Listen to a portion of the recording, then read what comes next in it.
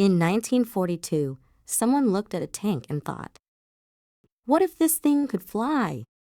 Not in a cartoon, not in a child's drawing. In real life, a real engineer, working during World War II, tried to take a Soviet tank, attach wings to it, tow it into the sky, release it over the battlefield, land it like a glider, drop the wings, and then drive away as if this was a normal Tuesday.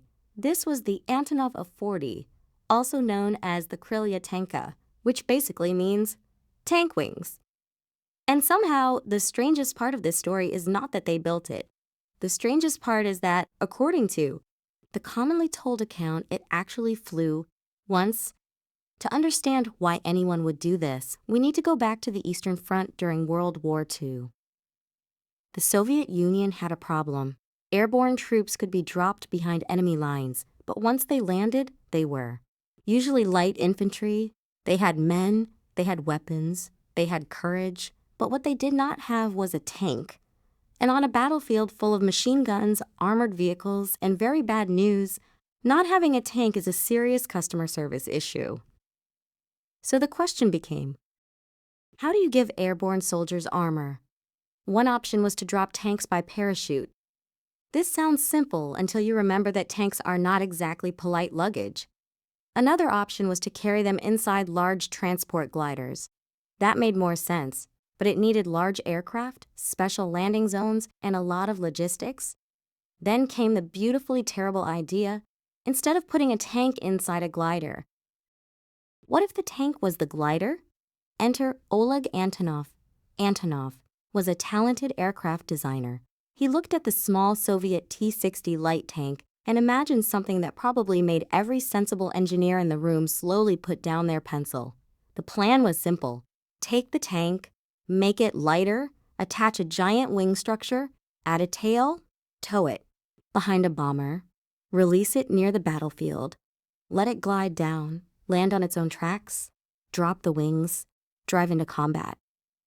On paper, it had a weird kind of logic. The tank crew would arrive with the tank, the aircraft would not need to land in a dangerous area, and the troops on the ground would suddenly have armored support.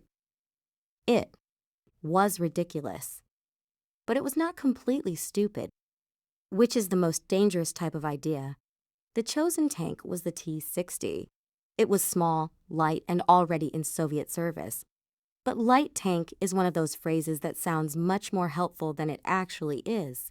Because to an aircraft, a light tank is still a metal box that ate several smaller metal boxes for breakfast. So the engineers had to strip it down? Ammunition? Gone. Extra fuel? Gone. Headlights? Gone. Anything not absolutely necessary? Probably gone. The tank was supposed to fly, which meant the tank had to stop being very good at being a tank. Then came the wings, and not tiny wings, huge wings. The A-40 used a biplane-style wing structure with a twin tail. Imagine a normal tank wearing an enormous wooden kite costume. That was the mood. The tank's tracks would act as landing gear.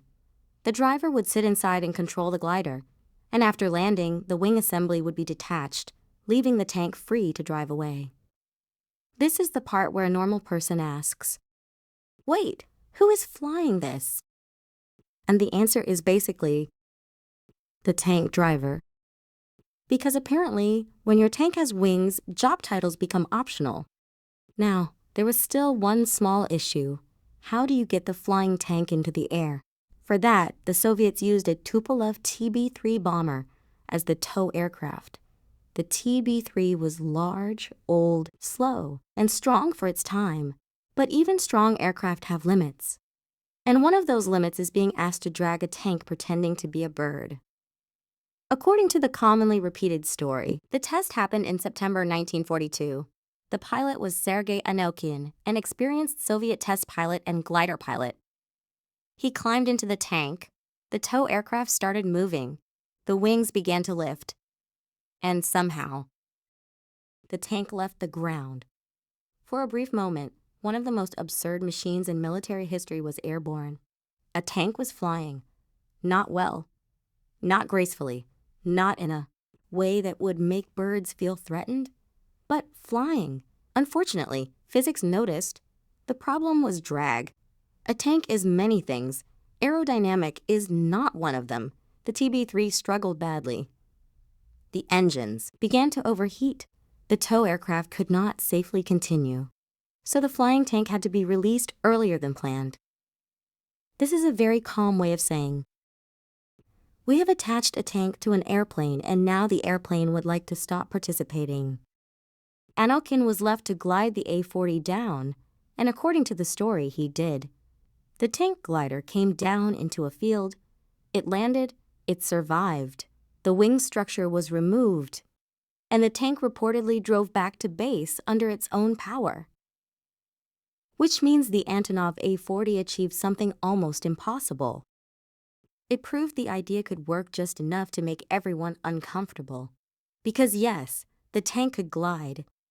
But no, the Soviet Union did not have a practical way to use it. The tow aircraft struggled even with a stripped-down tank.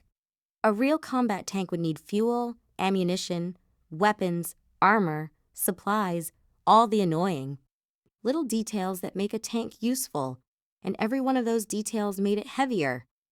So the project had a problem. To fly, the tank had to stop being a proper tank, but to fight, it had to stop being a proper aircraft. That is not engineering. That is a custody battle between gravity and optimism.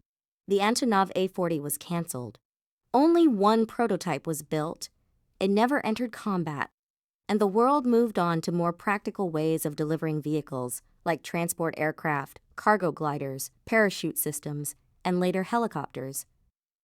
But the A-40 remains one of those rare inventions that is easy to laugh at and hard to completely dismiss, because the basic goal was real. Airborne troops did need mobility, they did need armor, they did need support. The crazy part was not the problem. The crazy part was the solution. And in a strange way, the flying tank was ahead of its time. Modern armies do move armored vehicles by air. They do drop vehicles. They do design light combat vehicles for rapid deployment. They just usually avoid adding cartoon wings directly to the tank, which feels like progress. So, was the Antonov A-40 a failure? Yes, absolutely. Painfully. But was it also one of the most glorious almost successes in military engineering? Also yes, because most bad ideas fail on paper. This one failed after briefly becoming airborne. And that is how, for one strange moment in 1942, someone managed to make a tank fly, not far, not usefully, not twice. But enough to leave history with one very important lesson. If your solution to a problem is put wings on a tank, maybe check the engine temperature first. And if you think that was a bad idea, wait until you hear about the weapon that was defeated by its own instructions.